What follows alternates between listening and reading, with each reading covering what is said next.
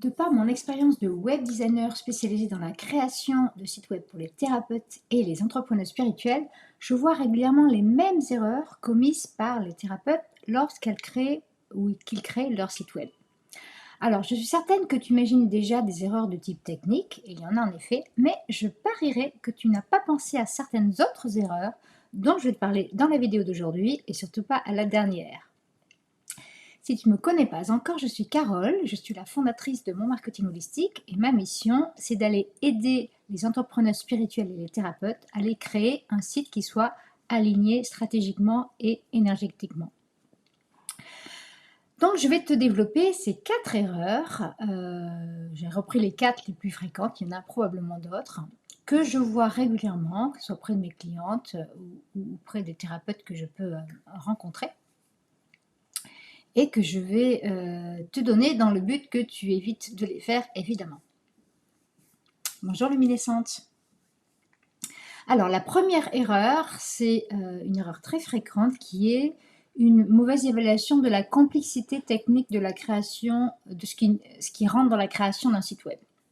Donc, c'est vrai qu'aujourd'hui, avec les plateformes tout en un, comme Wix, comme CoSpace, on peut penser à tort que tu vas rencontrer aucun problème technique. Alors évidemment, ces plateformes, elles permettent de faire des choses beaucoup plus simplement que WordPress, par exemple, ou Showit, que moi, je ne te recommande pas. Hein. Tu peux retrouver sur mon site des articles qui te diront en détail pourquoi je ne te recommande ni WordPress ni Showit, par exemple. Mais en tout cas, même si effectivement l'émergence de ces plateformes-là a vraiment simplifié et permet de réaliser beaucoup plus facilement ton site, ça ne veut pas dire qu'il n'y aura plus du tout de choses techniques à faire. Et ça, c'est souvent quelque chose qui est occulté de ce que je vois. En fait, il y a toute une partie qui n'est pas connue, ce qui est normal, hein, parce que tu ne peux pas imaginer des choses que tu ne connais pas. Donc d'une part, ça implique déjà de bien choisir ta plateforme au départ, parce que si tu es parti sur WordPress, tu vas en avoir beaucoup plus de choses techniques que si tu pars sur Wix ou sur Squarespace, ça c'est évident. Mais en fait, rien que pour ça, après, tu vas quand même avoir des choses techniques à faire. Donc, pareil, je vais te donner des exemples. Alors, peut-être que ce sera du charabia technique pour toi. Si c'est le cas, ça veut peut-être dire justement que tu n'as pas une connaissance assez approfondie de qu'est-ce qui ça implique de faire son site.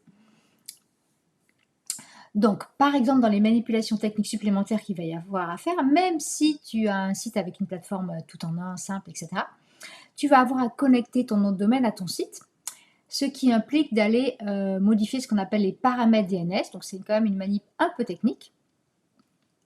Si aussi, autre exemple, si tu as déjà pris un nom de domaine ou si tu avais déjà un site sur une autre plateforme avant de migrer sur une de ces plateformes simples, eh bien, tu vas quand même avoir à faire ce qu'on appelle des redirections 301. Et là, c'est vraiment technique si tu ne veux pas planter tout ton référencement. Tu peux être aussi amené, et moi je t'encourage à le faire, à aller authentifier ton nom de domaine et aussi à créer une vraie adresse email, c'est-à-dire ce que j'appelle une vraie adresse email, c'est pas une adresse email qui finit par Gmail, Yahoo, Hotmail. Ça, c'est une adresse personnelle. Peut-être que tu as créé une autre adresse personnelle que tu utilises à titre professionnel, mais ça reste une adresse jetable, une adresse qui est personnelle pour tous ces fournisseurs d'accès. Résultat, si tu envoies des newsletters ou tu envoies des emails à tes clients avec un email comme ça, eh bien, tu as beaucoup plus de risques d'attirer dans la spam que dans la boîte de réception de tes destinataires parce que, eh bien, les fournisseurs d'accès Internet vont considérer que tu es potentiellement un spammeur puisque c'est des adresses qu'on dit jetables, c'est-à-dire qu'elles sont créées en quelques secondes et que les spammers, c'est ce qu'ils font, c'est les techniques qu'ils utilisent. Ils ne vont pas s'amuser à créer un nom de domaine, à créer une adresse email adossée au nom de domaine chaque fois qu'ils veulent faire un hack ou une fraude. Voilà.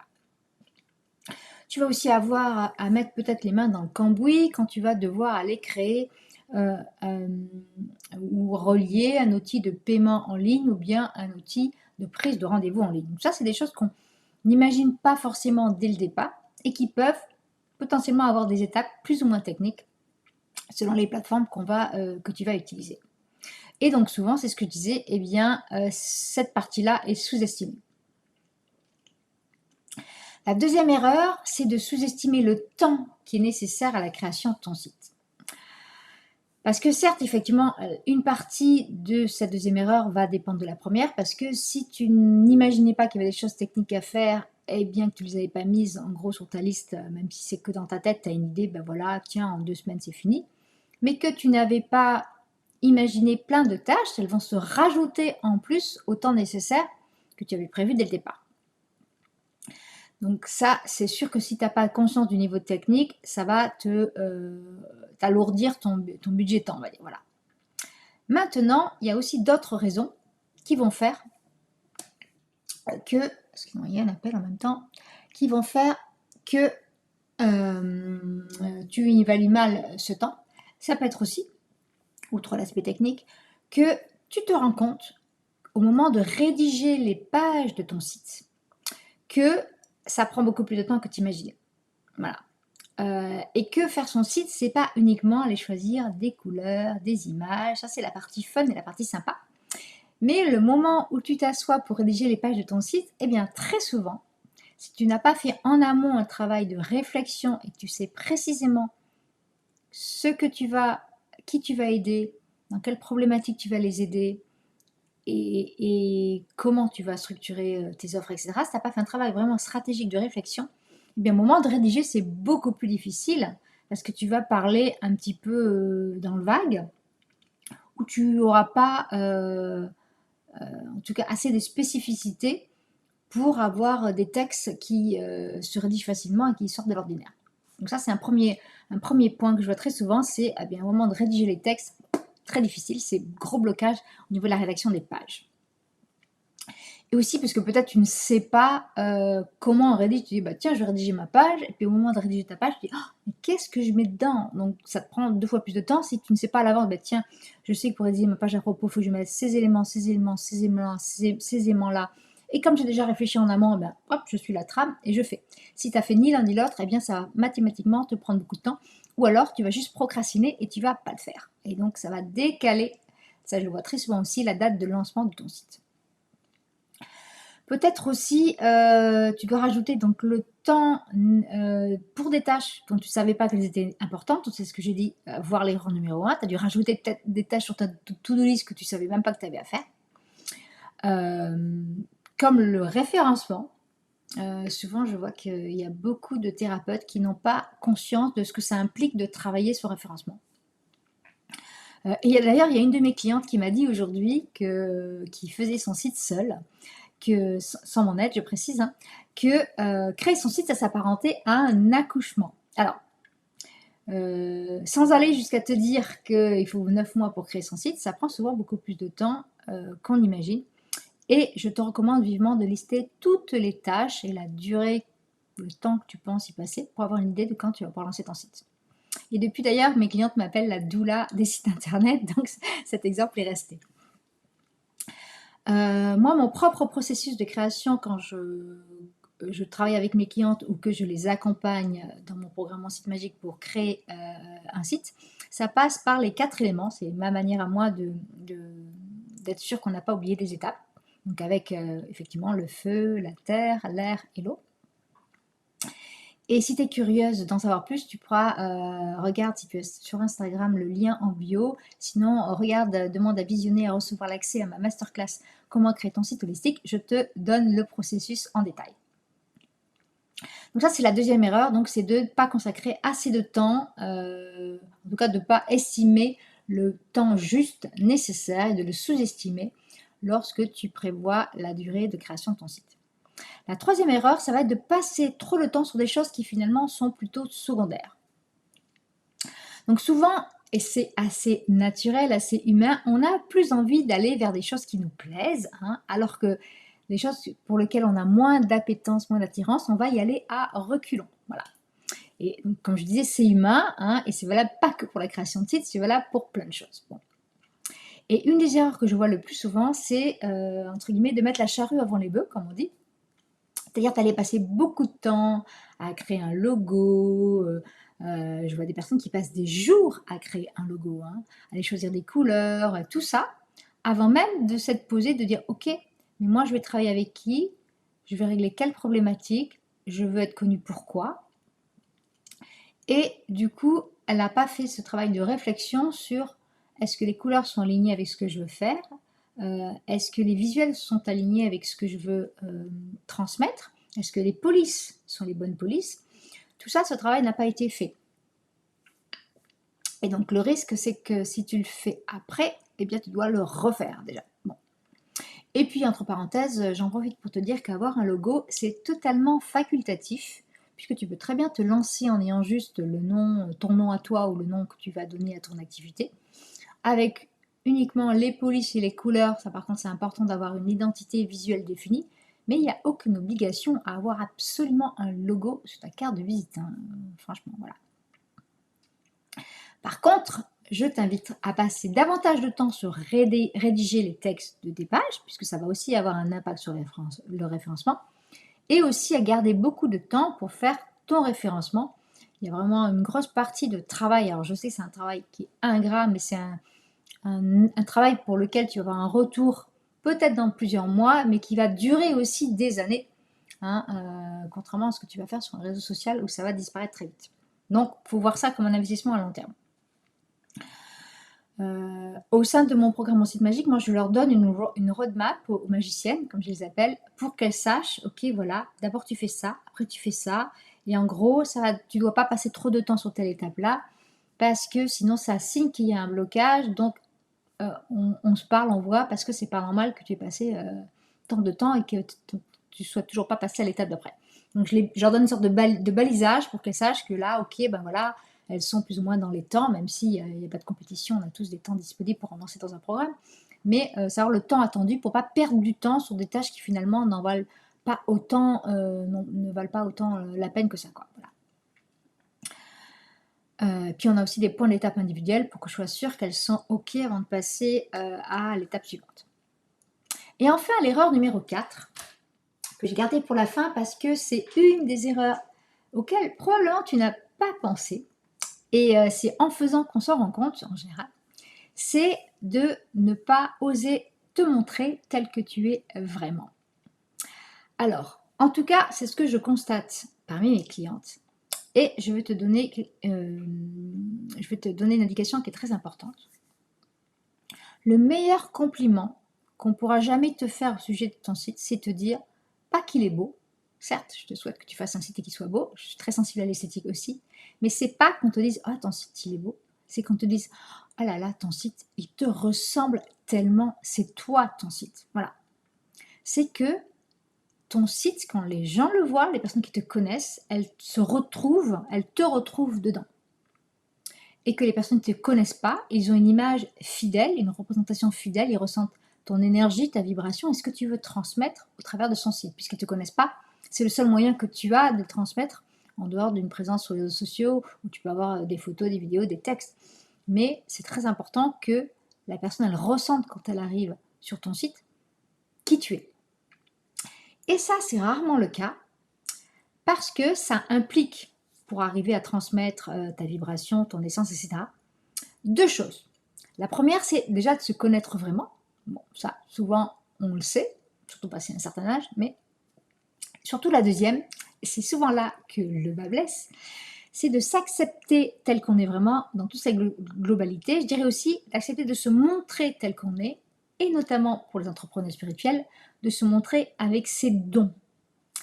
Et c'est pas toujours bien accepté des entrepreneuses que j'accompagne. Certaines n'en ont parlé qu'à leurs proches. Et malheureusement, si tu caches une partie de qui tu es, eh bien ça se sent. Et quand on arrive sur un site et qu'on ressent toutes les parties qui sont unifiées, eh bien on sent cet alignement. On ne peut pas l'expliquer, c'est vraiment un ressenti. Mais on le ressent très fortement si la personne elle a tout mis dans son site, toutes ces parties d'elle, tous ces bouts d'elle. Je ne sais pas comment l'expliquer, c'est difficile à expliquer aussi. Mais en tout cas, ça se ressent vraiment. Ça passe. C'est pour ça que toutes mes clientes, on commence toujours par aller travailler ce que j'appelle la magie personnelle, c'est-à-dire, ok, c'est quoi ton parcours, c'est quoi tes dons, c'est quoi tes talents naturels, et non, on ne va pas les cacher. On va les mettre en lumière, au contraire. Ça sert à rien de les cacher. De toute façon, les personnes elles sentiront qu'il y a quelque chose si tu fais un site qui est le même que tout le monde, alors qu'en fait c'est hyper intuitif, hein, pour pas dire autre chose, il va y avoir un décalage quand la personne arrive, tu vas lui dire des choses et elle va se dire tiens c'est marrant, c'est pas du tout le ressenti que j'ai eu quand je suis allée sur son site, c'est pas pareil. Donc pourquoi se cacher? Et souvent il y a des peurs, donc des blocages parce que mettre en ligne son site en montrant vraiment qui on est, en mettant le même niveau d'information que tu vas pouvoir donner à tes proches, eh bien ça implique que oui, effectivement, tu vas te sentir vulnérable parce que ça veut dire que ta voisine qui n'est pas au courant que tu travailles avec l'énergétique, elle va le savoir potentiellement. Après, c'est pas sûr que ta voisine aille chercher ton nom dans Google et qu'elle le voit. Mais ça veut dire que potentiellement c'est au vu et su de tout le monde. Ce n'est plus caché, c'est en lumière. Et ça implique ça peut, pardon, réveiller pas mal, de blocages. Donc dans les blocages que je vois le plus souvent, dans la création de sites, il y a, celui dont je te parlais, donc c'est la peur d'être visible. Ça remonte presque systématiquement, surtout avec les personnes qui travaillent, dans l'énergétique parce que voilà, eh bien, ça fait écho à ces mémoires de sorcières, ces mémoires de guérisseuses et elles se réactivent à ce moment-là quand tu commences à travailler sur ton site et plus tu te rapproches du moment où tu vas devoir le mettre en public et que tout le monde va le voir, eh bien, bonjour Alice et bonjour, Fatdag. Eh bien, c'est là que ça apparaît, que ça ressort. Après, dans les autres peurs qui apparaissent, notamment au moment de fixer un prix sur tes services et que tu vas probablement afficher ton prix sur ton site, que je te le recommande moi, c'est le syndrome de l'imposteur. Mais qui suis-je pour facturer tant la séance? Qui suis-je pour construire un programme à 400 euros? Voilà. Il y a aussi la procrastination qui va pouvoir te bloquer des jours entiers parce que tu hésites sur plein de choses. Voilà.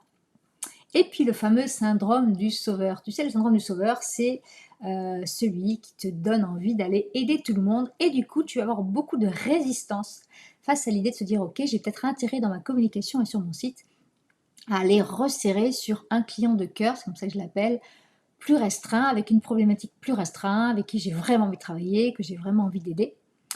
Et si tu as ce syndrome du sauveur, eh bien, tu vas vraiment résister à cette idée. Voilà. Et ça, c'est les quatre, on va dire, blocages les plus fréquents, mais il y a aussi la peur du succès ou la peur de l'échec. Qu'est-ce que j'oublie? Il y en a plein d'autres. Et moi, dans mon programme Mon Site Magique, j'ai créé un module entier avec des activations énergétiques pour tous les blocages que je t'ai listés là précédemment, parce que ça revenait systématiquement. Il y avait toujours cette peur de se montrer, cette peur d'être vu tel qu'on est. C'est vraiment une des plus grosses peurs. Et il y a aussi le blocage par rapport à la technique. Ah, mais je suis nulle avec la technique, j'y arriverai jamais. De toute façon, dès que j'approche un ordinateur, voilà, il fait pas ce que je veux. Voilà. Donc, tout ça, il y a des activations énergétiques pour aller lever ces blocages-là parce que c'était indispensable. Donc ça, c'est les 4 erreurs les plus courantes, hein, donc je vais te les récapituler. Donc la première, c'était de sous-estimer la complexité technique, même quand tu pars d'une plateforme tout en un, que va nécessiter la création de ton site. La deuxième, c'était de sous-estimer le temps nécessaire pour faire son site. Et c'est souvent beaucoup plus long que ce que tu imagines, voilà. La troisième, c'est de passer du temps sur des choses qui sont secondaires ou annexes, et au contraire de ne pas dédier assez de temps sur des choses qui sont très importantes comme la rédaction du texte de tes pages ou le référencement. Et la quatrième, c'est de ne pas oser se montrer tel qu'on est et ça va se ressentir dans ton site. Tu vas avoir notamment des blocages qui vont apparaître et où eh bien, ton site, si tu n'es pas prête à te montrer tel qu'on est, donc tu ne veux pas être vulnérable, eh bien tu vas faire un site qui va être trop lisse et qui va ressembler à tous les autres sites. Et franchement, ce n'est pas ce que je te souhaite. Moi, je souhaite que ton site soit réussi. C'est ce que je te disais tout à l'heure en début, c'était que ton site, il te ressemble, mais à toi tel que tu es, et pas uniquement à la petite partie que tu acceptes de montrer à tout le monde. Donc voilà les 4 erreurs que je voulais partager avec toi aujourd'hui. Dis-moi en commentaire s'il y a une erreur que tu as fait ou une erreur que tu penses que pour laquelle tu vas être concerné pour la création de ton site.